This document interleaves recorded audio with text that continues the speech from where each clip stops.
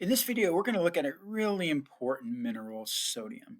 Now, my guess is of all the minerals we've talked about thus far, sodium is the one you're more familiar with. Not so much sodium, but the form it's usually found in, which is salt, sodium chloride.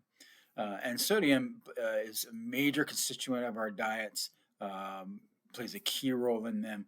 So let's talk about sodium a bit, its function, what foods it's found in, and why it's such a concern, and one of the most important minerals we'll talk about. So sodium actually plays a lot of important physiological roles.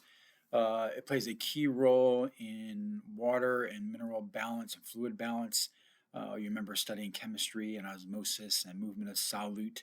You know, sodium is definitely one of those that's important here. Um, Sodium plays a big role in maintaining, because of that, blood pressure. Plays a key role in function of various vessels. Sodium itself is a key role in the sodium potassium pumps, which are commonplace on cell membranes, helping to form things like ATP. There's also sodium glucose transporters, which help to get glucose into cells. And so sodium can really play a lot of important roles. And so its importance physiologically can't be underestimated.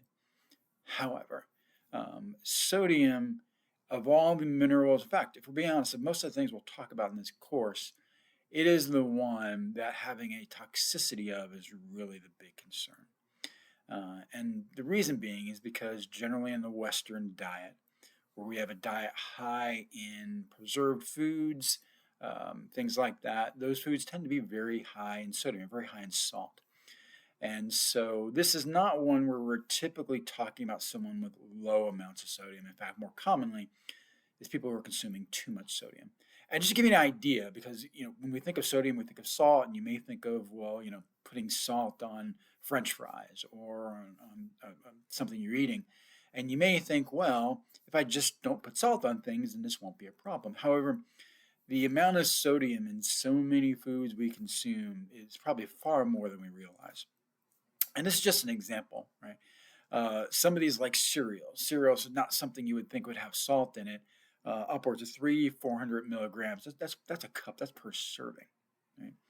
Um, Again, foods like, especially canned products, even if it's canned vegetables or canned fruits, generally a lot of salt needed to preserve those. Pizza is a great example. Most pizzas, a lot of preservatives that's added to these. And so oftentimes a slice of pizza is equivalent to just about the DRI of sodium for an entire day. And my guess is when most of you consume pizza, you probably don't just consume one slice. Um, and we're not getting into even foods that are high in salt, right?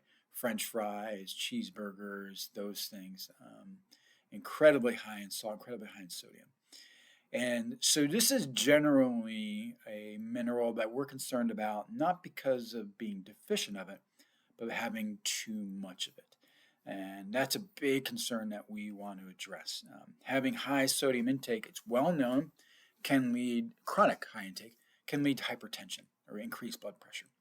This can also lead to increased blood volume, which, although probably less of an issue in younger age, as individuals get older, this can cause chronic problems, increased risk of heart attack, diabetes, stroke, other cardiovascular problems. And so, not surprisingly, in middle-aged or older populations, we want to reduce sodium intake for this very reason. And it's a key factor in reducing cardiovascular disease risk. And so definitely something we want to be aware of, and sodium in particular, because it's such a common mineral added to foods we consume without even knowing it. It's definitely one we want to be aware of. And again, like other ones we've talked about before, you don't have to memorize the DRI on this. Even with the foods, generally speaking, sodium does exist in plant-based foods and things like that. However, the need for sodium in plants to function is really quite small. And so, not a surprise, individuals who are on a plant-based diet generally have fairly moderate sodium levels in the blood.